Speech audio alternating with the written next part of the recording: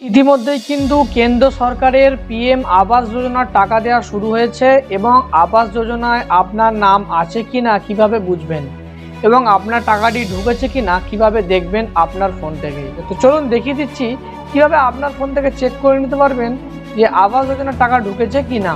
তো সর্বপ্রথম আপনারা কি করবেন, আপনারা গুগলে চলে আসবেন এবং সার্চ করে দেবেন PMAY.NIC বলে এখানে সার্চ করে দেবেন। গুগল ক্রোমে আসবেন, অবশ্যই কিন্তু এই 3A কর্নারে যাবেন।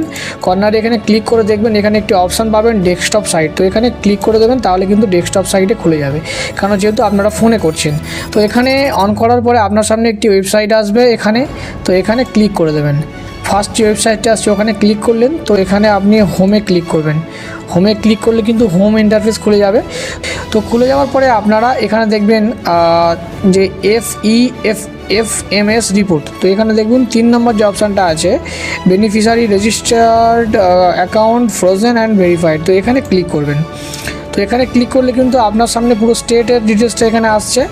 তো এখানে দেখুন আপনি এখানে স্টেটটি সিলেক্ট করতে পারবেন, এখানে অল স্টেট হয়ে আছে, তো আপনি এখানে ক্লিক করবেন, তো আপনার যে স্টেটটি আছে সেটি সিলেক্ট করে নেবেন। তো আমাদের ওয়েস্ট বেঙ্গল সিলেক্ট করে নিচ্ছি।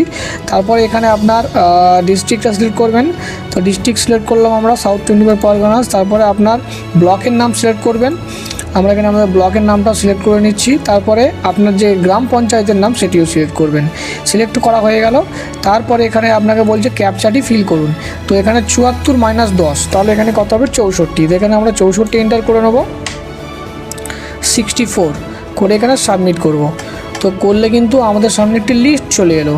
এই লিস্টে আপনি যার চেক করতে চাইছেন, মনে করুন আপনার নাম দিয়ে আপনি চেক করতে চাইছেন, তো আপনার নাম কিন্তু এখানে আপনাকে খুঁজতে হবে, ঠিক আছে? তো আপনি এটা খুঁজে নেবেন। মনে করুন আমি যে কোনো একজনের চেক করছি, এখানে জরিনা বেয়া বলে একজনের নাম আছে, রেজিস্ট্রেশন নাম্বারটি আছে, এটা আমি এখান থেকে কপি করে নিচ্ছি। তো আমরা এখান থেকে কপি করে নিচ্ছি, কপি করে নিলাম। এখানে রেজিস্ট্রেশন নাম্বার দেখতে পাচ্ছেন। তো এখানে রেজিস্ট্রেশন নাম্বারটা কপি করার পরে আপনার সামনে একটি অপশান দেখুন, এখানে যে অপশানগুলি আছে এখানে দেখুন স্টেক হোল্ডার বলে একটি অপশান পাচ্ছেন, এখানে ক্লিক করবেন। করলে এখানে PM বেনিফিশিয়ারি যেখানে আছেন এখানে ক্লিক করবেন। করলেই কিন্তু আপনার স্ট্যাটাসটা চেক করার অপশান চলে আসবে। যেহেতু রেজিস্ট্রেশন নাম্বারটা আপনি প্রথম পাবেন না, সেই জন্য লিস্ট থেকে আপনার নামটি খুঁজে রেজিস্ট্রেশন নাম্বারটি বার করতে হবে। তারপর আমরা রেজিস্ট্রেশন নাম্বারটি এখানে পেস্ট করছি, আমরা এখানে কিন্তু ক্যাপচাটি ফিল করতে হবে, এখানে সাবমিট করে দিলাম। সাবমিট করার সঙ্গে সঙ্গেই দেখুন পুরো ডিটেলসটি চলে আসছে, টাকা পেয়েছে, কত দফায় ক টাকা করে পেয়েছে সব চলে আসবে, এবং কোন অ্যাকাউন্ট এসছে সেই অ্যাকাউন্ট নাম্বার লাস্টেও চলে আসবে, এবং যে ফটোগুলি তোলা হয়েছিল সেই ফটোগুলিও কিন্তু এখানে শো করবে।